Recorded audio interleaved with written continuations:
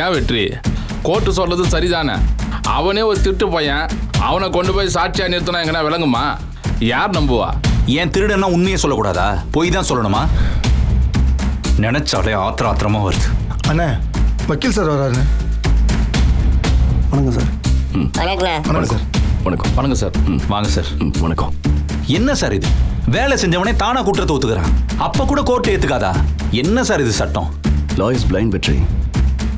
அதனால தான் கோர்ட்ல நீதி தேவதையோட கண்ணை கருப்பு துணியால கட்டி வச்சிருக்காங்க. அங்க சாட்சி தான் முக்கியம், அதோட நம்பகத்தன்மை ரொம்ப முக்கியம். அந்த இடத்துல தான் நம்ம தோத்து போனோம். நான் சொல்றது உங்களுக்கு புரியுதா வெற்றி? சார் என்ன இலவோ எனக்கு ஒரு மண்ணும் புரியல சார். எங்க அண்ணன் உள்ள இருக்காரு சார். அண்ணியோட அழுகையை பார்க்க முடியல. மனசு முழுக்க அவ்வளவு வேதனையா இருக்கு சார். அம்மா அப்பா அவ்வளவு கஷ்டப்படுறாங்க சார். அந்த பிரச்சனை எல்லாம் ஏன் மேல தூக்கி வைக்கிறாங்க, அவ்வளவு கஷ்டமா இருக்கு சார். என்ன பண்றதுன்னு தெரியல சார். சூர்யா மாமா கரெக்டா காய் நகர்த்தி வச்சிருக்காரு. எல்லா திசையிலையும் உங்களுக்கு செக் வச்சிருக்காரு. இந்த கேஸ்ல கலைச்சல் வந்தா திருடினார்னு கவர்மெண்ட் தரப்புல நம்ம ப்ரூவ் பண்ண வேண்டியிருந்தா நம்ம போராடலாம். ஆனா நம்ம திருடலன்னு தானே ப்ரூவ் பண்ண வேண்டியதா இருக்கு. அதான் சிக்கலே வெற்றி. சார் என்னதான் சார் பண்றது இப்போ?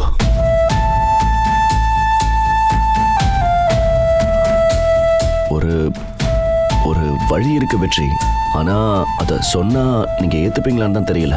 சார் நீங்க வழியை சொல்லுங்க சார் முதல்ல. இது எல்லாத்தையுமே சூர்யா மாமா எதுக்கு பண்ணாரு? அபி அவங்க வீட்டுக்கு திரும்பி போகணும் தானே? ஆமா சார். இது சாதாரணமா நம்ம ஜெயிக்க முடியாத கேஸ் வெற்றி. கோர்ட்ல ஜெயிக்கணும்னா நாம வாழ்க்கையில தோத்துதான் ஆகணும். இதை சொல்றதுக்கு எனக்கு ஒரு மாதிரி இருக்கு.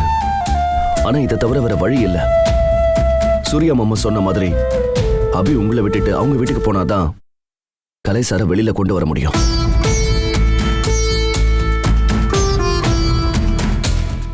அது எப்படி சார்? விட்டு கொடுத்ததுக்காக அண்ணி இவ்வளவு போராடி இருக்காங்க. ஏய் இத பாருங்க சார், நமக்குள்ள எந்த ஒளிவு மறைவும் கிடையாது, தேவையும் இல்லை. இந்த நிமிஷம் இன்னைக்கு வரைக்கும் அவளை பிடிக்கவும் பிடிக்காது, அவளை பிடிக்க போறதும் இல்லை. அவ எங்க வீட்டுல இல்ல, அவ எந்த வீட்டுல இருந்தாலும் எனக்கு பிரச்சனையே கிடையாது. சொல்ல போனா இந்த வீட்டை விட்டு ஏன் என் வாழ்க்கையை விட்டு போனா நான் நிம்மதியா இருப்பேன். ஏன்பா வெற்றி, உன் வியாக்கானத்துல நிறுத்திட்டு முதல்ல சொல்ல வந்ததை சொல்லு. எப்ப பார்த்தாலும் அந்த பொண்ணை பத்தி பேசிக்கங்க. சார் அபி அவங்க வீட்டுக்கு போறதை பத்தி எனக்கு எந்த பிரச்சனையும் கிடையாது. ஆனா வெளியில வர என் அண்ணன் மேல எந்த பழியும் இருக்கக்கூடாது. என் அண்ணன் திருட இல்லைன்ற பேரோட தான் வெளியில வரணும். அதுதான் என்னோட ஆசை.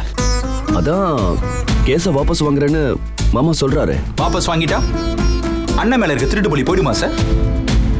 சார் எங்க அண்ணன் திருடலன்னு எல்லாருக்கும் தெரியணும். அவரு மேல போட்ட கேஸ் பொய் கேஸ்னு இந்த உலகத்துக்கே தெரியணும் சார். நீங்க என்னதான் சொல்ல வரீங்க வெற்றி?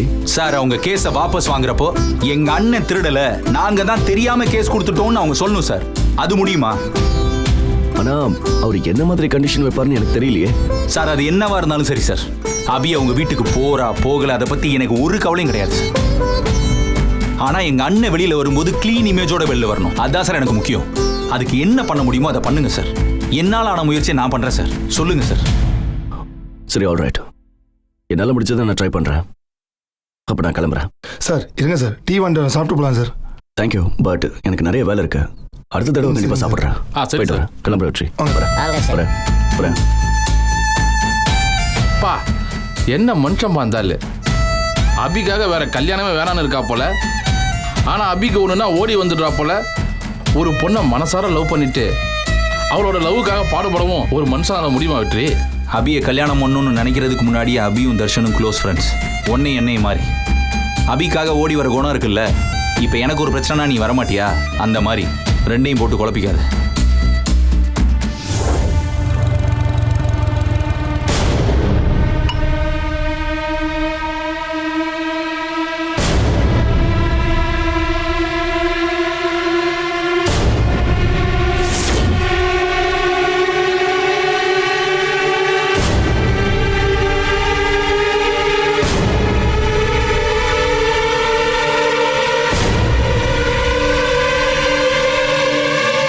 மேனேஜர் சார்,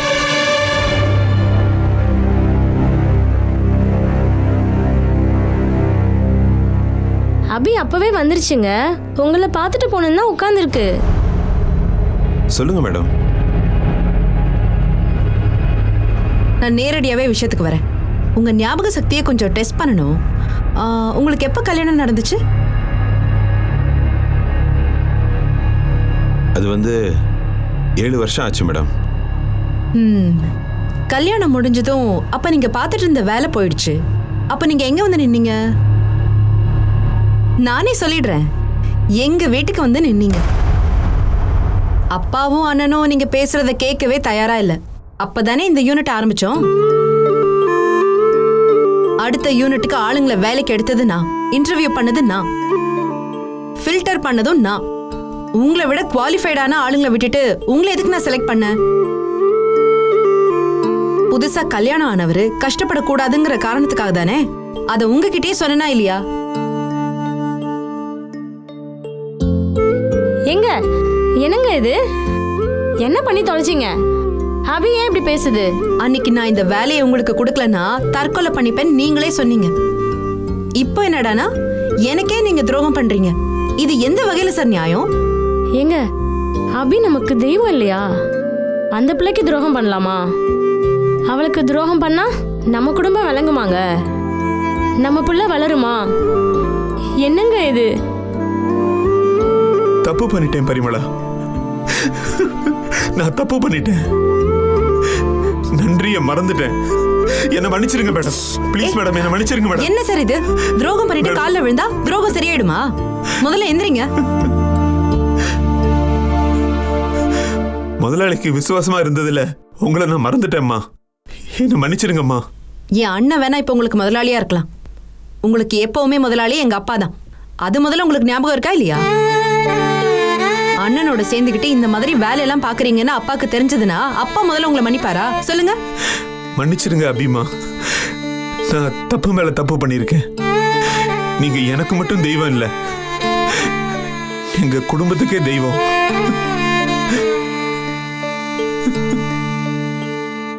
இப்ப நான் என்ன செய்யணும்னு சொல்லுங்கம்மா. நீங்க உண்மையை சொல்லணும், அவ்வளவுதான். எப்படிமா? எங்க அண்ணன் எப்படி கலைமாமாவை ஏமாத்தி இந்த பழியில சிக்க வச்சாரு, அதுக்கு பின்னாடி என்னெல்லாம் பிளான் இருந்தது, இது எல்லாத்தையும் நீங்க கோர்ட்ல வந்து சொல்லணும். நல்லது செஞ்ச சாமிக்கு துரோகம் பண்ணக்கூடாதியா? அபி சொல்ற மாதிரி தயவு செஞ்சு பண்ணு. சரிம்மா, நாளைக்கு நான் கோர்ட்டுக்கு வரேன். அங்க யாரு என்ன கேள்வி கேட்டாலும் கொஞ்சம் கூட பொய் இல்லாம நடந்ததை மட்டும் நான் சொல்றேம்மா. போதுமா? நிஜமா சொல்வீங்களா? என் பொண்டாட்டி மேல சத்தியமா நான் உண்மையை சொல்றேன். போதுமா? உங்க வார்த்தையில நம்பிக்கை வச்சு இப்ப நான் கிளம்புறேன். நாளைக்கு மட்டும் உண்மையை தெளிவா சொல்லுங்க, அது போதும். சரிம்மா.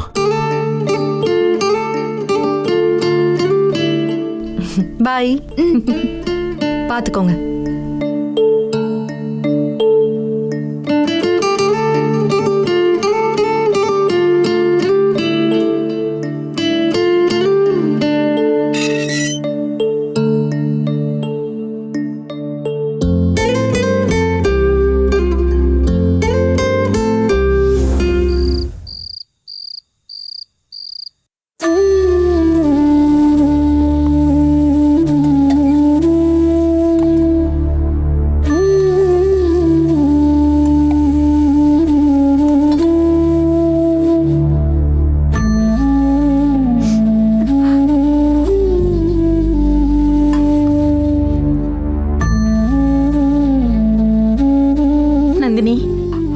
நீ இப்படி பட்னி கிடந்தா கலை வெளியில வந்துருவானா? அவ வீட்டுக்கு வரப்ப நீ தெம்பா இருக்க வேணாமா? வயிறு நிறைய சாப்பிட வேணாமா? இதோ 2 இட்லி தான் கொண்டு வந்திருக்க, சாப்பிடுமா. 2 இட்லி சாப்பிடுமா. வேண்டாத்த. அக்கா சாப்பிடுங்க அக்கா, உடம்பு என்னத்துக்கு ஆவறது? சாப்பிடுங்க. பட்னி கிடக்காத, சாப்பிடுமா. சாப்பிடுங்க அக்கா. இப்போ என்னக்கா பிரச்சனை? மாமா வெளியே வருவாரா வரமாட்டாரான்னு தானே? நீங்க கவலையே படாதீங்க, நான் சொல்றேன். நிச்சயமா மாமா நாளைக்கு வெளியே வந்துருவாரு, என்ன நம்புங்க. நாளைக்கு நம்ம எல்லாருக்கும் நல்ல நாளா விடியும். தயவு செஞ்சு சாப்பிடுங்கக்கா. ஆமா, இவ பெரிய ஜோசியக்காரி சொல்ல வந்துட்டா. உள்ள இருக்கிறதே இவளாலதான். வெளியே வந்துருவான்னு ஜோசியம் சொல்லிட்டு இருக்கா. அத்தை, யாரை எப்படி பேசி கவுக்கணுங்கிற வித்தை இவளுக்கு நல்லாவே தெரியும். அதை வச்சுதான் இவ இவ்வளவு நல்லா ஏமாத்திட்டு இருக்கா. நீங்க இதுக்கெல்லாம் ஏமாந்துடாதீங்க அத்தை. அக்கா, நீங்க இந்த மாதிரி எல்லாம் பேசுறதுனால நாளைக்கு நடக்க போறது நடக்காம போயிடாது. என்ன நடக்க போகுதுன்னு நீங்க பொறுத்திருந்து தான் பார்க்கணும். ஆமாமா, பார்க்க தானே போறேன்.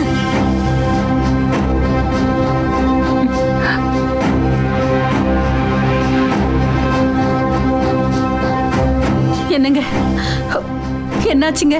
ஏதாவது வழி தெரிஞ்சதா? நானும் எனக்கு தெரிஞ்ச எல்லார்ட்டையும் பேசி பார்த்துட்டேன் கமலா.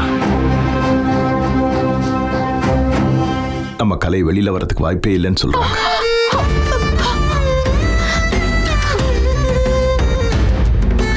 என்னங்க என்னங்க பண்றது?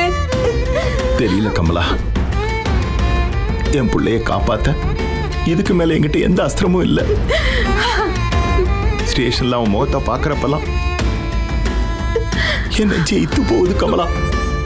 நான் என்ன பண்ண போறேன்னு தெரியல. மாமா ப்ளீஸ் ஒரே ஒரு நாள் பொறுமையா இருங்க. நாளைக்கு கண்டிப்பா கலை மாமா வெளியே வந்துருவாரு. கலை ஜெயில இருக்கிறது என்னால தாங்க முடியலமா. ஒருவேளை அவனுக்கு கோர்ட்ல நாளைக்கு தண்டனை கொடுத்துட்டாங்கன்னு வச்சுக்க, சத்தியமா சொல்றமா, அப்புறம் நான் உசுரோடவே இருக்க மாட்டேன். என்னங்க நீங்க? என்னங்க ஏங்க இப்படி எல்லாம் பேசுறீங்க? வேற என்ன பண்றது கமலா?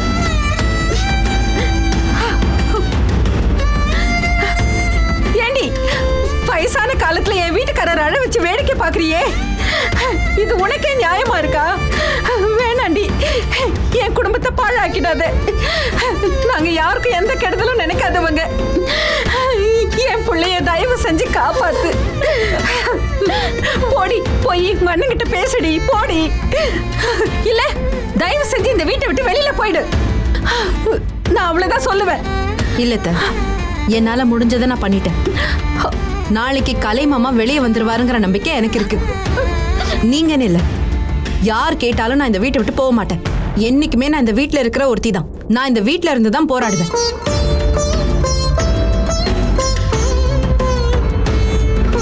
பாத்தீங்களா அத்தை? நம்ம எல்லாருக்கும் என்ன ஆனாலும் அவளுக்கு ஒரு பிரச்சனை இல்ல. அவ காரியத்தை முடிக்காம இங்கிருந்து போக மாட்டா. அதானே அவ சொல்லிட்டு போறா. கடவுளே, இது எங்க போய் முடிய போகுதுன்னு தெரியலையே.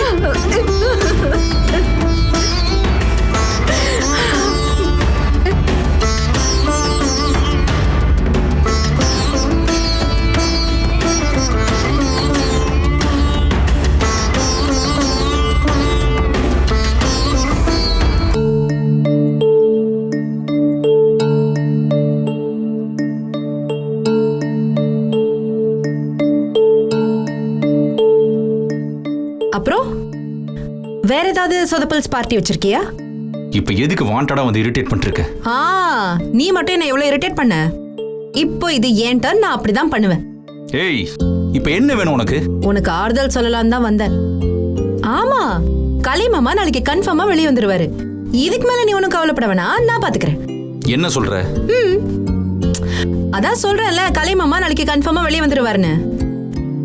எல்லா ஏற்பாடையும் பண்ணிட்டு வந்துட்டேன். ஏற்பாடு பண்ணிட்டியா? என்ன ஏற்பாடு? நீ ஏற்பாடு பண்ணது மட்டும் என்கிட்ட சொன்னியா? நான் மட்டும் ஏன் சொல்லணும்? சொல்ல முடியாது. ஆனா உன்ன மாதிரி பழைய கேஸ் எல்லாம் தூசி தட்டி எடுத்து கோர்ட்ல பல்பு வாங்க மாட்டேன். என்னோட சைடுலாம் பயங்கர ஸ்ட்ராங்கா இருக்கும், யூனோ. இங்க பாரு, இது லீகல் விஷயம், சரியா? நீ பாட்டுக்கு ஏதாவது லூசு மாதிரி காமெடி கிமெடி பண்ணிட்டு இருந்தேன்னு வையேன், அண்ணனுக்கு தான் அது பெரிய பஞ்சாயத்தா முடியும். என்ன ஏற்பாடு முதல்ல சொல்லு. நான் ஒன்னும் உன்ன மாதிரி எல்லாம் கிடையாது. என்னோட பிளான்லாம் வேற மாதிரி இருக்கும். சென்டிமெண்டாவும் இருக்கும், செம எஃபெக்டிவாவும் இருக்கும். நாளைக்கு பாரு, எல்லாரும் சேர்ந்து எனக்கு பாராட்டு விழா எடுத்தாலும் எடுப்பீங்க. இத பாரு, எங்க அண்ணனை வெளியில கொண்டு வரதுக்காக நான் படாத பாடுபட்டுக்கிட்டு இருக்கேன். நீ இடையில அடிக்கிற கூத்தால ஏதாவது பிரச்சனை ஆச்சு, கொன்றுவோம் நாம. ஆமாமா, நீ பட்ட பாடுதான் நான் பார்த்தனே. நீ வந்து என்ன லூசுங்கிற? நீ என்னத்தை கிழிச்ச? 8 மாசத்துக்கு முன்னாடி எவனோ எதையோ திருடானா, அதை கொண்டு வந்து நிறுத்திட்டு நீ தான் அசிங்கப்பட்ட. நானும் அப்படி கிடையாது. நாளைக்கு மட்டும் ஏதாவது சொதப்பல் ஆகட்டும், அப்புறம் இருக்கு உனக்கு. நாளைக்கு நீங்க தான் என்கிட்ட வந்து தேங்க்ஸ் சொல்வீங்க மிஸ்டர் வெற்றி. நீ சாதாரண அடியாளு, உன் ரேஞ்சுக்கு தான் நீ யோசிப்ப. பட் நான் அப்படி கிடையாது. தி ஃபேமஸ் ஜட்ஜ் சங்கர நாராயணனோட பொண்ணு. எனக்கு சட்டமும் தெரியும், சாமர்த்தியமும் இருக்கும். உன்ன மாதிரி எல்லாம் நான் சொதப்ப மாட்டேன். நாளைக்கு என்ன நடக்க போகுதுன்னு கோர்ட்ல வந்து பாரு, உனக்கு அப்ப புரியும். நீ ஏதாவது சொதப்பு, அப்புறம் என்ன நடக்கும்னு உனக்கு புரியும். நாளைக்கு பாப்போம். ஐயோ, நீ வந்து என்கிட்ட தேங்க்ஸ் சொல்றியா இல்ல நான் வந்து கண்ண கசக்கிட்டு நிக்கிறேன்னா? வெயிட் அண்ட் வாட்ச் புருஷ். நாளைக்கு மாமா வெளியே வர போறது கன்ஃபார்ம். Good night புருஷ். அண்ணன் மட்டும் நாளைக்கு வெளியில வராம இருக்கட்டும். இப்படி பேசுறதுக்கு உனக்கு வாய் இருக்காது. அதெல்லாம் வருவாரு, நான் பாத்துக்கிறேன்.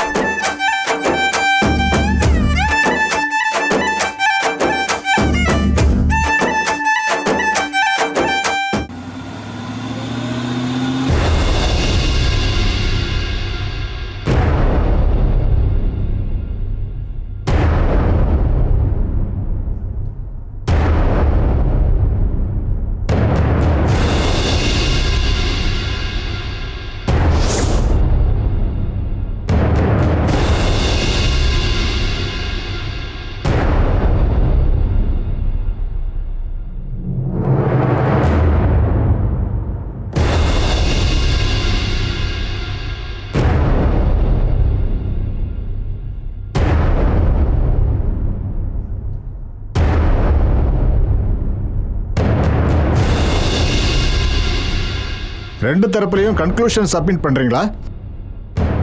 நாங்க ரெடி யுவர் ஆனர். எங்க தரப்புல இருந்து ஒரு புது சாட்சியை ப்ரொடியூஸ் பண்ண விரும்புறேன் your honour. Objection your honour. இவர் சொல்றபடி தினமும் ஒரு விட்னஸை கொண்டு வந்தா கேஸ் இழுத்தடிச்சுக்கிட்டே போகும். இவங்களோட இந்த டெக்னிக்கு ஒரு முடிவு கட்டியாகணும். மிஸ்டர் தர்ஷனை கன்க்ளூஷனா பேச சொல்லுங்க. யுவர் ஆனர், என்னோட கிளையண்ட் மிஸ்டர் கலைச்செல்வன் ஒரு நிரபராதி. இது வரைக்கும் அவர் ஒரு சின்ன குற்றம் கூட பண்ணதே இல்லை. இந்த கேஸ்லயும் அவர் குற்றம் பண்ணாதவர்னு நிரூபிக்க தான் நாங்க பாடுபடுறோம். அதனால எவ்வளவு வாய்ப்பு இருக்கோ அதெல்லாம் பயன்படுத்துறதுல என்ன தப்பு இருக்கு your honour? Objection over ruled. ஆனா அதே நேரம் கிடைச்ச வாய்ப்பை நீங்க சரியா பயன்படுத்திக்கணும். Sure your honour.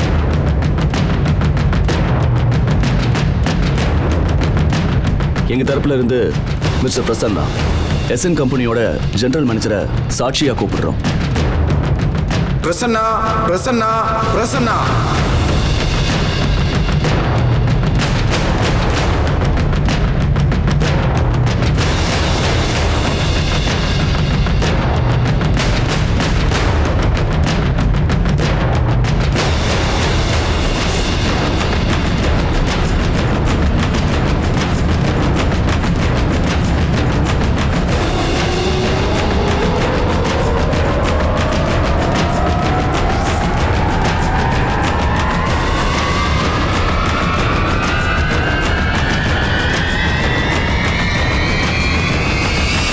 இவர் கவர்மெண்ட் சைடு சாட்சி இல்லையா மிஸ்டர் தர்ஷன்?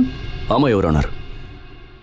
இந்த கேஸுக்கு பின்னணியில் இருக்கிற உண்மையை சொல்றேன்னு தானா முன் வந்தாரு.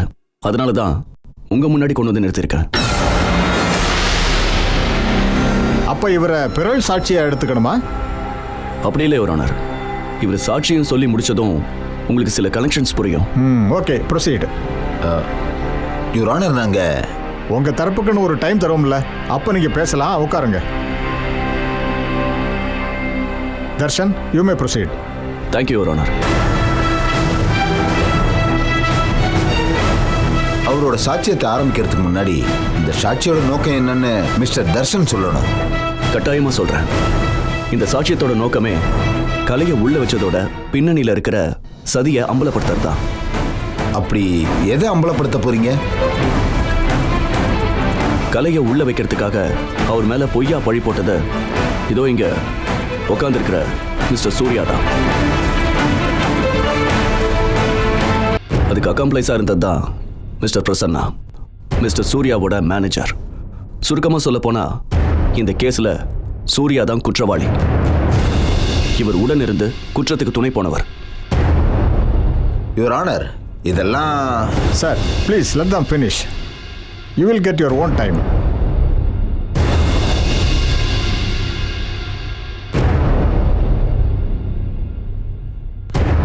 மிஸ்டர் பிரசன்னா, உங்களை தனியா கோர்ட்டுக்கு அறிமுகப்படுத்த வேண்டிய அவசியம் இல்லை. அதனால நீங்க நேரடியாக நடந்ததை சொல்லுங்க.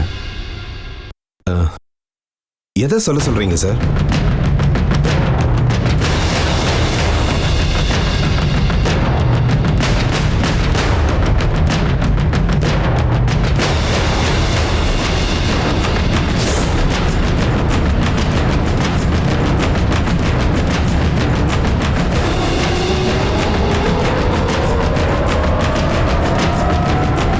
அதான் சொன்னீங்களே மிஸ்டர் சூர்யா தான் உங்ககிட்ட சொல்லி பேக்கை ஸ்விட்ச் பண்ண சொன்னார்னு. அதுதான் கேட்குறேன், சொல்லுங்க. நான் அப்படி எதுவும் சொல்லவே இல்லையே சார்.